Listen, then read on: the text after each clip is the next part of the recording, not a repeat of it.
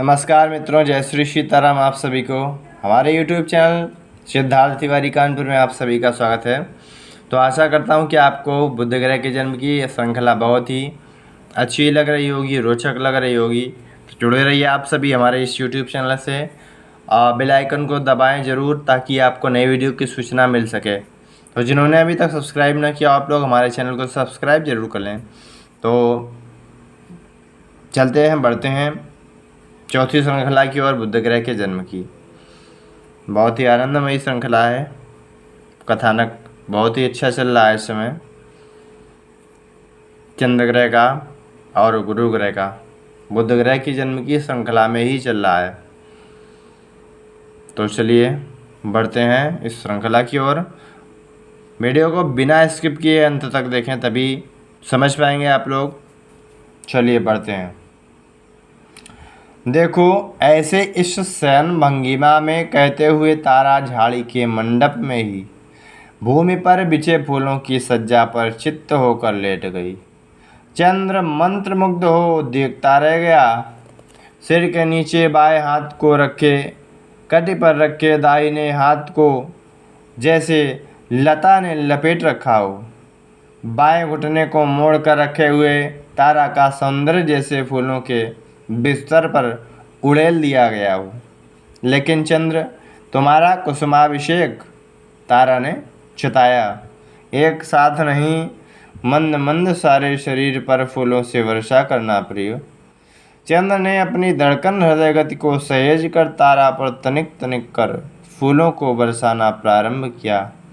आरंभ में थोड़ा डरा हुआ चंद्र थोड़े ही समय में निडर हो गया। सुंदर शिला प्रतिमा को अलंकृत करते भक्त की तरह चंद्र के हाथ सावधानी से तारा के शरीर को फूलों से ढक रहे हैं। अब तुम कैसे लग रहे हो चंद्र, जानते हो? तारा ने उसे ही देखते हुए कहा। प्रकृति कन्या को अलंकृत करते ऋतु बसंत राज जैसे लग रहे हो। फूलों से ढके अंगवस्त्र को झाड़कर चंद्र ने तारा की ओर देखा। रंग बिरंगे फूलों के गुच्छों के भार से भूमि पर आड़ी तिरछी लता सी पड़ी है तारा। उसका मुख चंद्र सूरजमुखी जैसा घुमा हुआ है। गोलाकार सूरजमुखी के बीच चमेली के फूलों से दंत चमक रहे हैं। मेरे पूछे गए 2 प्रश्नों का तुमने अभी तक उत्तर नहीं दिया है, तारा के स्वर ने उसे चिताया। चंद्र ने मौन रहकर ही उसे आश्चर्य से देखा। पहले तुम्हें बातें करनी सिखानी होंगी, यहाँ आओ, कहते हुए तारा ने अपना बायां हाथ सिर के नीचे से हटाकर चंद्र की ओर बढ़ाया। चंद्र ने असंकल्पित ही अपने हाथ उसके हाथों की ओर बढ़ा दिए। बैठो। चंद्र के हाथों को खींचकर तारा ने कहा। मेरा नाम क्या है? तारा ने चंद्र के हाथ को धीरे से दबाकर पूछा।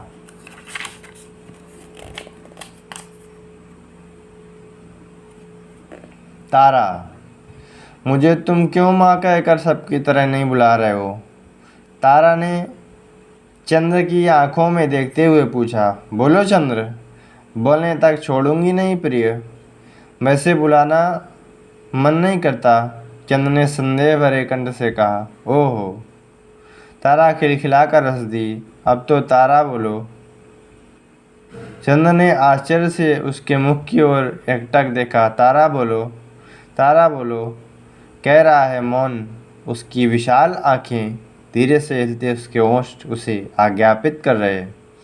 उसके चुंबकीय नेत्रों में देखते अप्रयत्न होठों को हिलाया चंद्र ने। फिर कहा गया तारा। ऊह, तारा कहो चंद्र, पुनः तारा ने कहा। चंद्र आश्चर्यित हुआ। क्या उसके तारा कहने पर भी सुन नहीं पाई तारा? थोड़ा और ऊंचे स्वर में कहा चंद्र ने।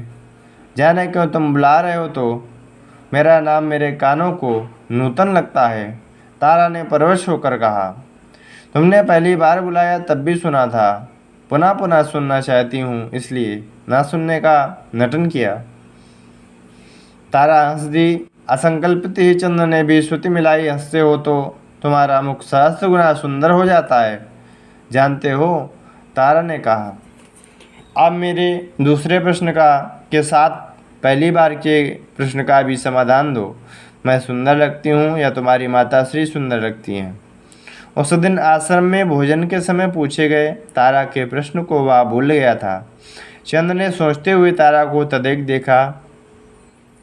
उसके शरीर से चिपके फूल उसके श्वास निश्वास से, मंद वायु के झोंकों से जैसे हिल रहे हों, वैसे ही हिल रहे हैं। पौधों में फूल जितना सुंदर दिखते हैं, तारा के शरीर पर वे और भी सुंदर दिख रहे हैं। कहो चंद्र, कौन सुंदर है? तारा ने हंसते हुए ही उत्तेजित कर दिया चंद्र को। चंद्र के मनोनेत्रों में अनुसुईया प्रत्यक्ष हुई, क्षणों में अंतर्ध्यान भी हुई। कौन सुंदर है? तारा के प्रश्न का समाधान मिल गया चंद्र को। माता की सुंदरता में अनन्य भरी सुंदरता है, तारा की सुंदरता में उत्तेजित करने वाली सुंदरता है। माता की सुंदरता लोरी गान सी सुंदर है, तारा की सुंदरता से जगाने वाली सुंदरता का भान स्पष्ट हुआ।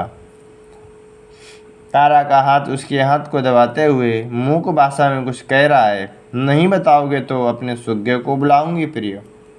तारा उत्तेजित करती है, कहा, कौन सुंदर है, तुम्हारी माँ या मैं? तुम ही। लता से पड़े हुए तारा के शरीर को भरपूर देखते हुए चंद्र ने उत्तर दिया। एक वचन प्रयोग। अप्रयत्न ही उसे तुम कहने पर चंद्र स्वयं आश्चर्य हुआ। मेरे पति और तुम दोनों में कौन सुंदर है जानते हो तुम? चंद्र के आश्चर्य को और भी बढ़ाते हुए अचानक तारा ने पूछा। तारा पूछो, तारा ने उसे छेड़ते हुए कहा। उसके हाथ को उंगलियों से दबाया। तारा चंद्र ने पुनः कहा, नहीं पूछोगे तब भी बताऊंगी, तुम्हें सुंदर लगते हो। कहते हुए चंद्र के हाथ को अपने गाल पर टिका दिया। तारा बोली, यहाँ मेरे पास आओ। आओ न चंद्र। तारा, हम दोनों के बीच दूरी अब दूर करो।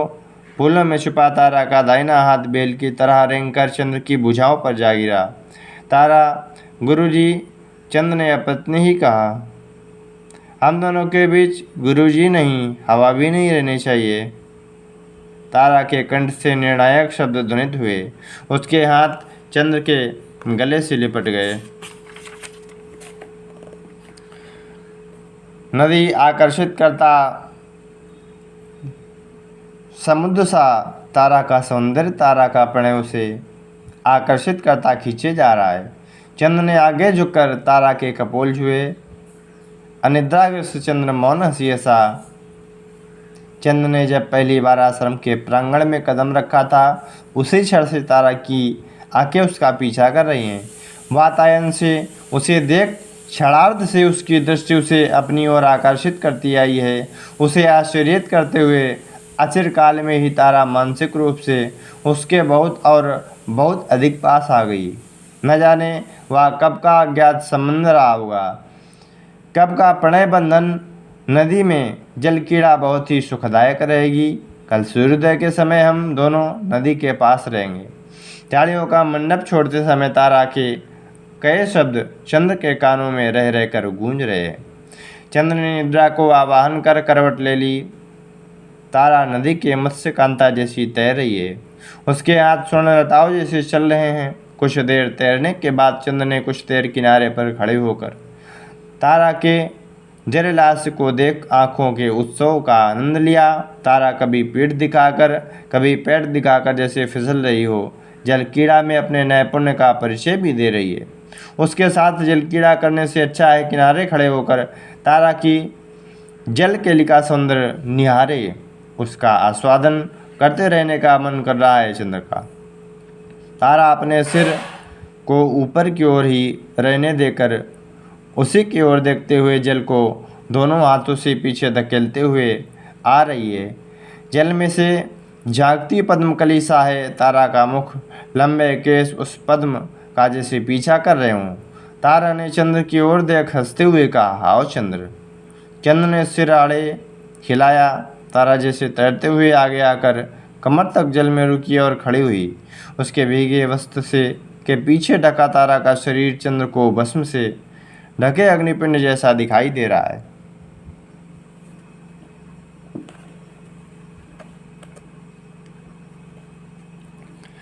दोनों हाथों से अपने केस सवार कर हाथों को फैलाकर अपने हाथ बढ़ाने का संकेत चंद्र को दिया। चंद्र ने दाहिना हाथ आगे बढ़ाया। दूसरे ही क्षण तारा ने उसे पूरे बल से खींचा। चंद्र लड़खड़ाकर उसके ऊपर गिरकर हड़बड़ाकर उठ खड़ा हुआ। तारा के हाथों ने उसे स्वर्णमाला की तरह लपेटा हुआ था। चंद्र और भी हड़बड़ा गया। बृहस्पति विद्यार्थियों को पाठ प्रवचन कर रहे थे। विद्यार्थीगण एकाग्रता से श्रवण कर रहे हैं। चंद्र दबे पैरों से पास पहुंचा, बिना हट किए गुरुजी की दृष्टि को आकर्षित किए बिना पंक्ति में बैठने जा रहा था। चंद्र बृहस्पति का कंठ खनका। चंद्र उसी तरह मौन खड़ा रहा। पाठ प्रवचन के समय कहाँ गए थे? बृहस्पति का प्रश्न चंद्र को तमाचे सा लगा। नदी स्नान को गुरुजी, चंद्र ने अपराध भाव से कहा। साथ ही विद्यार्थियों के साथ अनुष्ठान पूर्ण किए बिना नदी क्यों जाना पड़ा? चंद्र ने क्षण भर के लिए विचार आया। आश्रम में तारा और वह दोनों के नहीं होने की वास्तविकता का पता सभी को लग ही गया होगा। उसका अभिनय व्यर्थ होगा। गुरुपत्नी जी ने साथ आने के लिए कहा तो गया गुरुजी। अप्रयत्न ही चंद्र की आंखें भूमि पर टिक गई थी। या तुम्हारा प्रथम कर्तव्य विद्यार्जन है, द्वितीय कर्तव्य गुरु शुश्रूषा, इसमें गुरुपत्नी की सेवा के लिए अवकाश नहीं है। बृहस्पति की का कंठ गंभीरता से ध्वनित हुआ। सक्रम पूर्वक विद्या का अभ्यास कर वास्तविक आत्रेय कहलाओ। जी गुरुजी। एक और विषय मेरे संज्ञान में आया है। गुरुपत्नी के निर्देशित कार्यों को तुम अधिक प्राधान्यता दे रहे हो। ऐसा मेरे संज्ञान में आया है। आश्रम का निर्वहन यथाविधि से चल जाएगा। तुम्हारी सहायता की आवश्यकता नहीं है। गुरुपत्नी को समझाया जाएगा। विद्यार्थी की तरह आश्रम विधि का पालन करो तुम, बृहस्पति ने आज्ञापित किया। वैसा ही होगा गुरुजी, चंद्र ने कहा। बैठने के लिए हाथ से संकेत करते हुए बृहस्पति अपना पाठ प्रवचन करने लगे। बैठने जाते हुए चंद्र की आंखें आश्रम की ओर दौड़ी।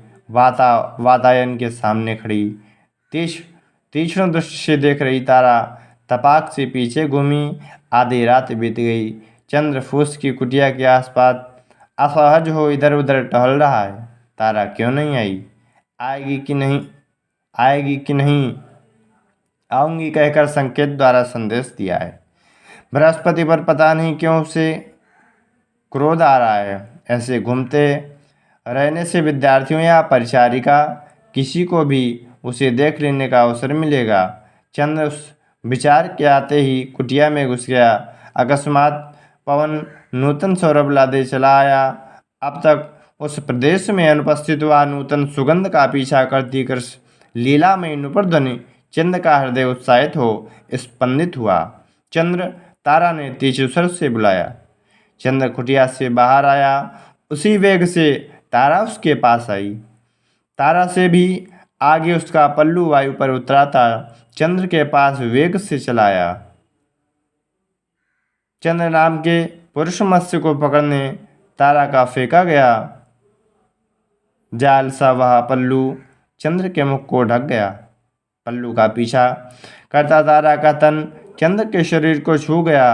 तत्क्षण ही यंत्रवत उसके हाथों ने इसको और इसके हाथों ने उसे लपेट लिया। तारा के होठों ने चंद्र के कान के और निकट सरकते फुसफुसाते हुए चंद्र ने कहा। उत्तर थमाते हुए चंद्र ने अपने कान से उसके होठों को दबाया। चलिए आज की श्रृंखला बस यहीं तक। मिलेंगे अगली श्रृंखला के दौरान। आप सभी को आशा करता हूँ कि ये वीडियो पसंद आया होगा।